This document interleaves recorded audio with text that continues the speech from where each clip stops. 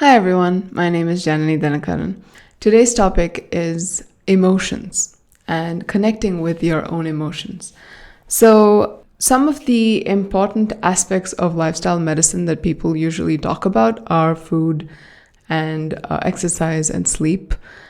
Sometimes people talk about stress, but it's very uncommon to hear the emotional health of a patient being given the kind of focus that it needs for the amount that it contributes to the person's overall physical health.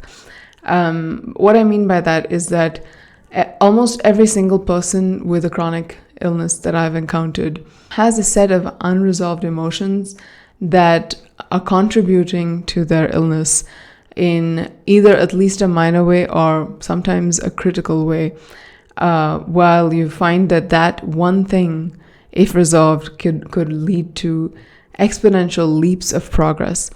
So I think it's important to address the emotional aspect of a person's illness so that they can actually make progress from a more holistic standpoint. So how would you go about that? Different people have different methods, and some of the more common ones are the ones that I'll be covering today. The first would be to write a journal or a diary.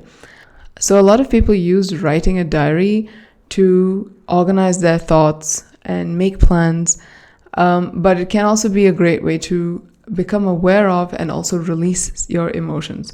So many times there may be this underlying stress or the sense of restlessness, a sense of lack of peace, a lack of clarity, or having something unresolved. And until we write or we sit down to write, it may not become apparent to us. It's not always obvious what's bothering us and why. So writing really helps to bring about some clarity and some light. So often what I find is the beginning of an entry would be a lot of emotion. I feel this, I feel that. Especially when the emotion is very obvious, that's where it would start. And then it could go back to events that triggered that. It could also go back to what were the thoughts that led to those emotions. And in some ways, you're starting to reflect upon maybe even your belief systems or your self-talk while these incidents or emotional experiences were happening. So that's actually quite important because diary writing serves two purposes. One, the aspect of actually letting your emotions out, but two, also the ability to reflect upon the source from which these emotions may have arisen. So I would say that's pretty important, and a lot of people use it. But it is using your intellect, your analysis, your cognitive mind, so that you're thinking about what you feel and organizing it enough that you can construct sentences and paragraphs and organize your mind, essentially. So it's really useful in that specific way that it helps you cognitively understand what's going on, right? Another type of journaling is called visual journaling, and this is particularly focused on the feeling aspect, the release of emotion aspect. So you may not want to name every emotion that you feel. You can just let the energy of the emotion flow through you. So use scrap paper and crayons. That's all it takes. Sometimes you can use paint or any other medium that you feel comfortable with. But the point here is not to create art. The point is to use those crayons to express the energy of the emotion you feel. So if you were feeling angry, you may choose black or red. And your shapes, the things that come from your hand, may be dark circles or jagged lines. That could be anger. Then you may go through multiple sheets in one go because emotions often come in layers. Then under the anger may be some sense of sadness, maybe some sense of loss, and you may choose a light gray or maybe a brown. Who knows? It's whatever color appeals to you, it speaks to you and resonates with you as might be able to express that emotion clearly. And then the shapes and the kinds of lines that you may draw with that color may be different to anger. So every emotion, every time you feel the emotion, the expression of it could be quite different. So visual journaling can take on the emotional energy and let it come out. And when you feel more at peace, you will see the colors and the shapes that you draw change quite a bit. You don't even need to keep these. You can just put them straight into the shredder. It really doesn't matter what you do with them. If you like a piece, you can keep them just to, reflect upon, but that's not really the important aspect of visual journaling. It is the doing the visual journaling that helps. Another form that people use to connect with themselves is meditation. It is essentially to sit and pay attention. You don't even have to sit. You could even lie down. You could walk around. But essentially to pay attention to what's going on inside. So you're watching your thoughts. You're watching your emotions. You're becoming aware of what's going on inside. So as opposed to writing with in a journal, this is a more insight or intuition-driven exercise. So you are going to find that you may not have a logical, organized way of exploring. It may just be things that come to you, maybe images, and that you become aware of an image, you stay with it, or you stay with an emotion, and then you see where it leads, how it opens, how it changes, maybe how it moves in your body, a sensation. So it's a very fluid, awareness-based technique where you are following reality, staying with reality, and bringing awareness to that reality so you can be fully present with what you feel. And if the labels of the emotions do come up, fine. If they don't, that's also fine. So it's, as an approach, it's very different to journal writing or even visual journaling, where it's just about the release. Here it's more watching it and being with it and seeing what it opens to. So this might be something you combine with the writing or the visual journaling. So once you feel like you've satisfied the mind, the intellect with all this analysis, you're like, okay, let's just feel into it. And then you do some meditation. So you can use these techniques in combination as well. And then the last one I want to mention is something that I learned from my Qigong teacher, one of them, who has a course on YouTube, which I'll link you to, on empathy. And in that, he talks about the red, yellow, green system. The green state of being is when you feel in your awareness, your emotions and physical state is easy and relaxed.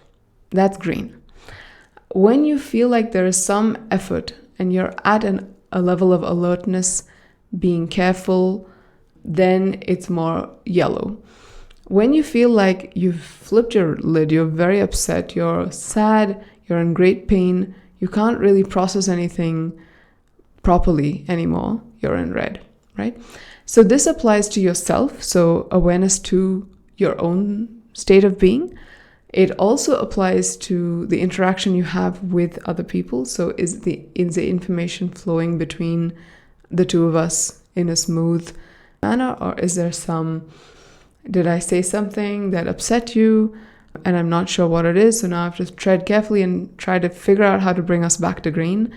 So then I also elevate to a yellow. So if I see you go into a yellow because of something I said, then I get into yellow to try to bring us back to green. I'm very careful about how I say something because I want us to stay within green, because that's a nice, pleasant place to be. And then there are sometimes that you usually like unintentionally, but sometimes intentionally, people get set into a red zone. At that point, you just withdraw because you're really not in a good place to like power through and try to resolve it, because nothing really works in red. So you just want to withdraw, or you ask for some space and you kind of say, I really want to resolve this, but I need to just go and breathe for a bit. So I'll see you in the afternoon instead, right? So you can ask for space when you're in red to come back and kind of make sure that you are grounded and you come back to the interaction from a place of calm and centeredness and what we would call feeling resourced, right? So these are the red, yellow, green, and you can tell when someone is in green, yellow, or red based on their body language, their tone of voice, and even sometimes they just say, that's really annoying. Can you stop that? So you can read this for different people. And what this system, the red, yellow, green, does is it kind of gives you a framework from which you can interact with other people. And it helps because you then become aware of the relationships that you always thought were, of course, I'm always green with XYZ. And then the next time you talk to them, you realize you're like checking with yourself, am I in green right now? And then you're like, hey, actually, I'm in yellow. I don't think I feel completely comfortable around this person or in this interaction or when we talk about this subject. So then you start to become aware of what are the potential triggers for you that send you into a state of stress or a difficult emotion, right? So it's a system to build that awareness within yourself so that you can navigate your life and kind of approach different situations with a sense of knowing what might be coming and being ready for it rather than being caught unawares. So these are some of the methods. I'm sure there are lots of other methods that you may use. Some people feel like running helps them, or riding a bike helps them reflect and connect. Sometimes so there are people who connect better with their own emotions when they are with certain people that they resonate with really well. And while I'm all for connecting with others in a deep way, I think there are some things that you can do by yourself. And it's actually really empowering to have that relationship with yourself so that you're not always waiting for someone else to become available and that person to react how you expect them to react.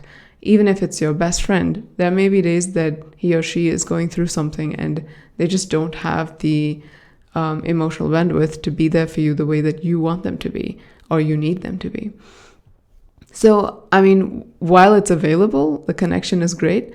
And definitely that's important, but also develop this ability to do this for yourself, to become aware of what is it that I'm feeling and how do I regulate myself once I'm there? Do I even know when I'm stressed? Am I aware when I'm relaxed? Or have I been in this state of yellow or red for so long that I don't even know what it feels like to be in green anymore?